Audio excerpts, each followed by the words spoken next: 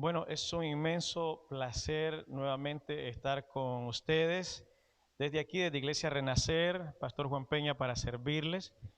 Y como ustedes saben, hemos estado compartiendo bajo la temática Restaurando el altar familiar. Y más que en este tiempo, cuán necesario es que podamos ayudar a nuestra familia, motivar a nuestra familia en el estudio de la palabra.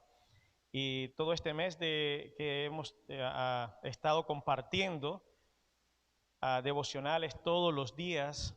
Y bueno, el único día es como hoy, que es el fin de semana, y entonces estamos directamente en la iglesia compartiendo. Y bueno, es una tremenda bendición haber concluido, casi concluido, diría yo, lo que tiene que ver con la campaña Restaurando el altar familiar. Bueno, en esta ocasión quiero compartir con ustedes la historia, una fascinante historia, pero no voy a hacer tanto lectura, sino solo, quizás leamos solo 4 o 5 versículos, empezando en el libro más antiguo. El libro más antiguo es Job. Se cree que Job es contemporáneo con Abraham, ¿verdad? Entonces, diríamos que es uno de los libros más antiguos. Y es una bendición tener la historia de Job con nosotros. Y en el capítulo 1, versículo 1 en adelante, dice así: hubo en tierra de Uz un varón llamado Job. Y y era este hombre perfecto. Escuche qué manera de describirlo, ¿no? Vea, era perfecto y recto, temeroso de Dios y apartado del mal. ¿Verdad? Qué calificativos de Job. Cualquiera quisiera que se dijera de él o de ella de esta manera. Dice, número 1, era un hombre perfecto, era un hombre recto, era un hombre temeroso de Dios y apartado del mal. Qué tremendo, ¿verdad? Descripción de Job. Ahora, eso es el versículo 1 del capítulo 1 de Job. Veamos lo que sigue. En el versículo 2 dice, y le nacieron 7 hijos y 3 hijas. Bueno, en total diríamos que tenía 10, ¿no? 7 hijos y 3 hijas. Su hacienda era 7,000 ovejas. Mire qué bonito, ¿no? Quiere decir que era un hombre pues muy pudiente. Imagínense toda la leche que puede dar 7,000 ovejas, o toda la lana que puede dar, la carne que se puede, bueno, producir con 7,000 ovejas. Ese es casi, todos los días estaba multiplicándose, ¿verdad? La cantidad de ovejas que tenía. Pero dice entonces que dice su hacienda era de 7,000 ovejas y 3,000 camellos. Imagínese usted, 3,000 camellos, 500 yuntas de bueyes, 500 asnas. Las asnas para carga, para mover carga. Ese eran los que los medios de transporte que se usaban en ese tiempo: el camello, las asnas, los bueyes para preparar la tierra. Era como tener muchos tractores, dirían, o chapulines, como le llaman acá, máquinas que pueden mover la tierra para prepararla y luego cultivar. Eso, imagínense cuántos, dice que tenía 500 yuntas de bueyes. O sea, eso quiere decir 1,000 bueyes, porque yuntas se entiende que es un par, ¿verdad? Entonces, tenía 1,000 bueyes, y también 500 asnas y muchísimos criados. O sea, como quien dice, no se pueden contar, quizás, o quizás sí se podían contar, pero muchísimos. Dice, no dice en mi Biblia que estoy leyendo ahora, dice muchísimos, no dice muchos, sino muchísimos. Oiga, muchísimos criados, y era aquel varón más grande que todos los orientales. Ahora ya nos estamos ubicando, ¿verdad? Medio Oriente, Oriente Medio. Eso estaba ya en la tierra de Uz, dice, así como empieza, ¿verdad? Había en tierra de Uz, pero ya usted lo ubica entonces donde estaba más o menos, diría, en el Oriente Medio, ¿verdad? Entonces era era aquel varón más grande que todos los orientales, o sea, era de los que más tenían, diríamos, de los millonarios de aquel momento, ¿no? Como llamamos ahora la gente pudiente, la gente que tiene suficiente dinero. E iban sus hijos, versículo 4, e iban sus hijos y hacían banquetes en sus casas, cada uno en su día. Bueno, no sabemos si es que se repartían los días de la semana porque eran 7 hijos, entonces digamos que a mí me toca hacer los lunes o los domingos o los sábados, y dice cada uno en su día, pero no sabemos si es que era el día de cumpleaños o es que se habían repartido la semana, porque ellos eran 7 hijos. Y entonces dice el versículo 4, e iban sus hijos y hacían banquetes en sus casas, cada uno en su día, y enviaban a llamar a sus 3 hermanas para que comiesen y bebiesen con ellos. Y acontecía que habiendo pasado en turno los días, ¿ves que les dije? En turno los días, o sea, se repartían los días por lo que parece, del convite, Job enviaba y los santificaba. Job enviaba y los santificaba, y se levantaba de mañana, este era Job, y se levantaba de mañana y ofrecía holocausto conforme al número de todos ellos, porque decía Job, quizás habrán pecado mis hijos y habrán blasfemado contra Dios en sus corazones. De esta manera hacía Job todos los días. Esto es palabra de Dios. Alguien en casa podría decir, te alabamos Señor por su palabra, alabamos a Dios. Bueno, qué tremenda historia empieza. Obviamente el libro de Job es un libro de eventos fuertes y de contrastes también, donde pensamos que a todos los buenos les va bien, ¿verdad? Y encontramos que en Job, aún siendo un hombre recto, un hombre temeroso, dice también, perfecto y temeroso de Dios, aún así también a los justos, a los perfectos, a los hombres rectos y temerosos de Dios, o las mujeres temerosas de Dios, también a veces sufren revés en sus vidas.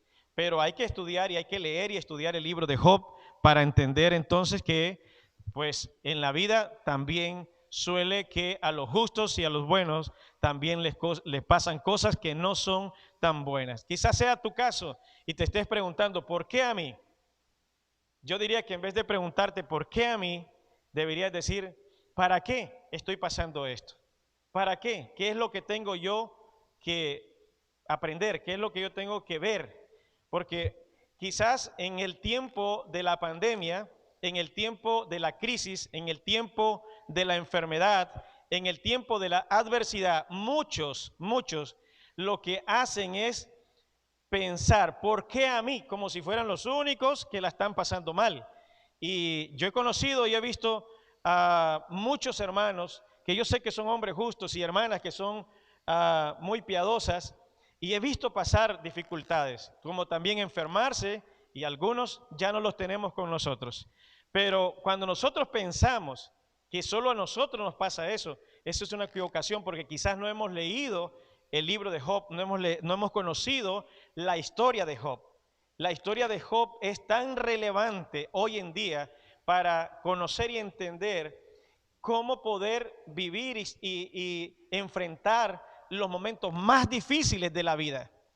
Pero cuando no conocemos la Escritura, cuando no conocemos la palabra de Dios, cuando no conocemos las historias de los grandes hombres de la Biblia, entonces muchas veces nos encerramos en nosotros mismos y de pronto pensamos que solo a nosotros nos pasan las cosas malas.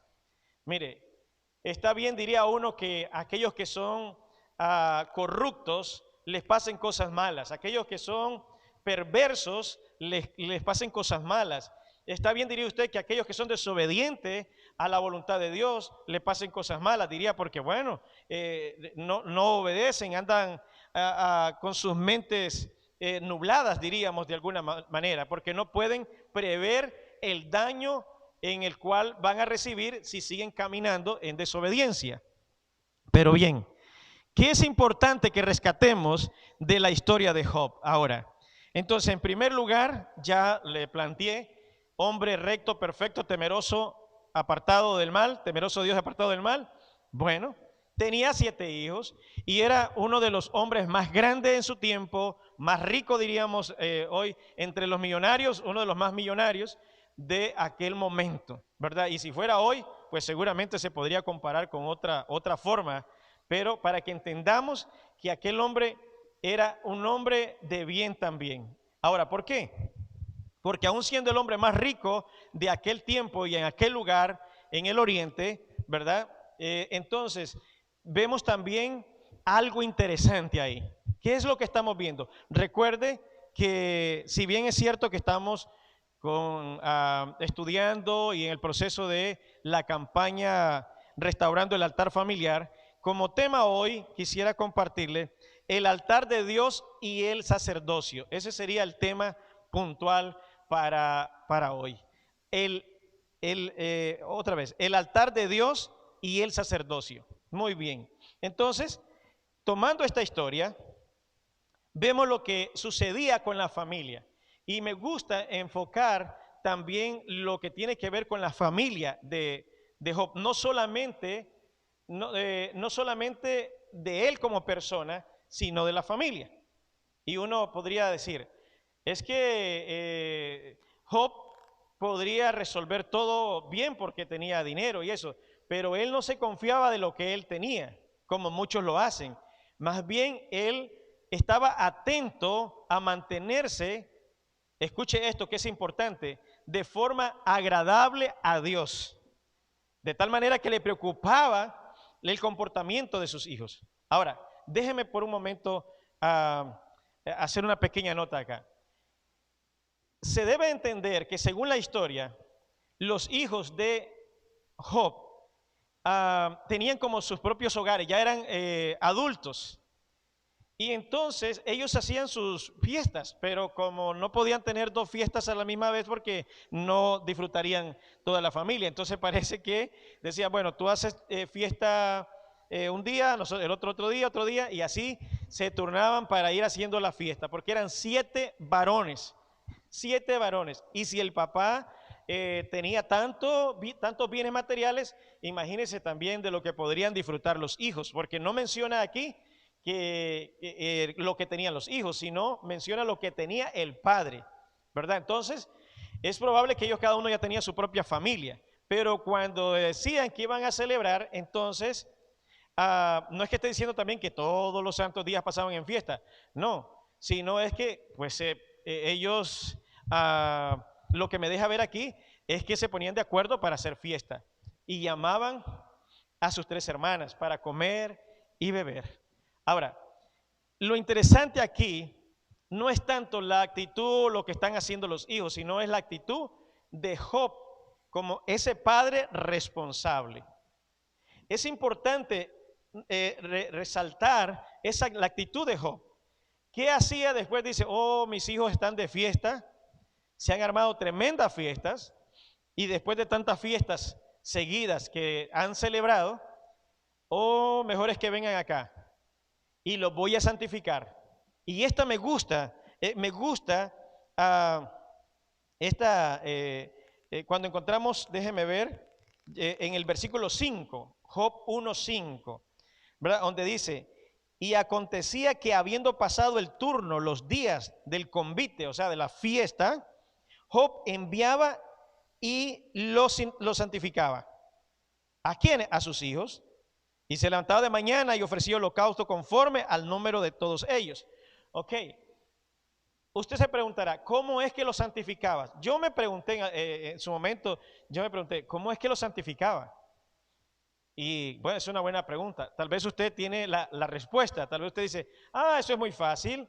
Bueno, Job los llamaba y les hacía preguntas. Me imagino los sentaba en un lugar, ¿verdad? Los sentaba y viéndole a la cara le decía, hijos, a ver, díganme en qué es que ustedes le han fallado a Dios, ¿verdad? Y entonces los hijos comenzaban a decirle, Bueno, papá, es que en el cuarto día de nuestras fiestas me pasé de vino y de pronto perdí la memoria y no sé qué pasó. La verdad no sé lo que pasó. Sí, pero según lo que me dicen, parece que hice algo que no debía haber hecho, como los que se pasan de copas, como los que toman irresponsablemente. Bueno, y entonces Job diría en aquel momento, bueno, aquí tengo que hacer una ofrenda por este, ¿verdad? Entonces, luego pasaba al otro y pasaba al otro y luego de hacer toda la lista, ¿verdad? Quizás decía, ahora es el tiempo de pedir perdón a Dios y vamos a presentar ofrendas de paz al Señor. Alguno estará pensando, ¿por dónde irá el pastor? ¿Para dónde viene? Ahora, tranquilo, yo quiero dejarle una enseñanza plena para su corazón, para su vida y para su familia, para que usted también pueda ver en Job el ejemplo de lo que podríamos nosotros hacer por nuestras familias. Así es que yo espero que usted, al igual que yo he reflexionado en esta historia, también usted diga, oh, aquí tengo algo que yo aprender, aquí tengo algo para aprender.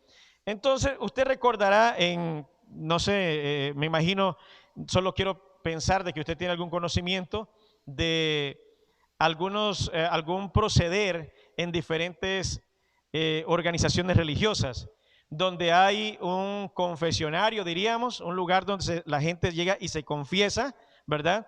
Y dicen, bueno, yo he fallado al Señor, así, yo he fallado a Dios, he pecado, he hecho esto, esto y esto. ¿Y qué se pretende con eso? Y luego quien le recibe la confesión le dice, bueno, que el Señor te perdone y haz esto, esto y lo otro, ¿verdad?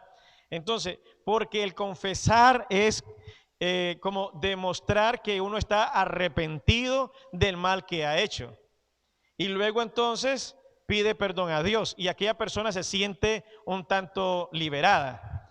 Y eso es, es lo que se pretende. Entonces, es probable, no lo dice la Biblia, pero es probable que Job santificara a sus hijos así.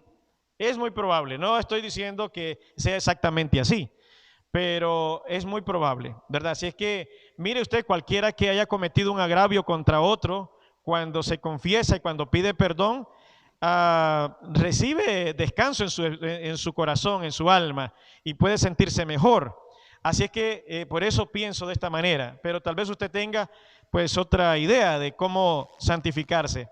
Ahora, también recuerda que todo esto de un altar y de presentar ofrenda y todo esto es una costumbre entonces antes, escuche bien, antes de Moisés y quizás antes que Abraham, porque se cree que Job es contemporáneo a Abraham, pero no estaba la ley en ese tiempo, no estaban los primeros 5 libros de la Biblia que le llamamos Pentateuco, donde se escribe la ley que se le da a Moisés, que escribió esos primeros 5 libros.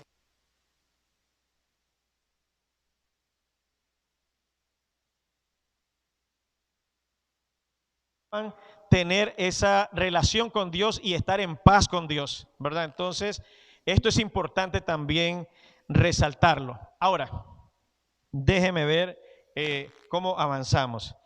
Aquí podemos ver a un padre responsable, un padre preocupado por lo que sus hijos hacen, por lo que sus hijos han hecho. Y ellos toman la decisión, entonces, de vivir como quizás ellos piensan mejor, pero el padre se siente responsable. Ahora, yo sé que una vez que nuestros hijos tienen mayoría de edad, son responsables ante la ley, son responsables ante la sociedad, y nosotros en sí ya nos hemos librado de cierta responsabilidad, pero no así en el mundo espiritual. En el mundo espiritual el padre sigue siendo ese sacerdote, ese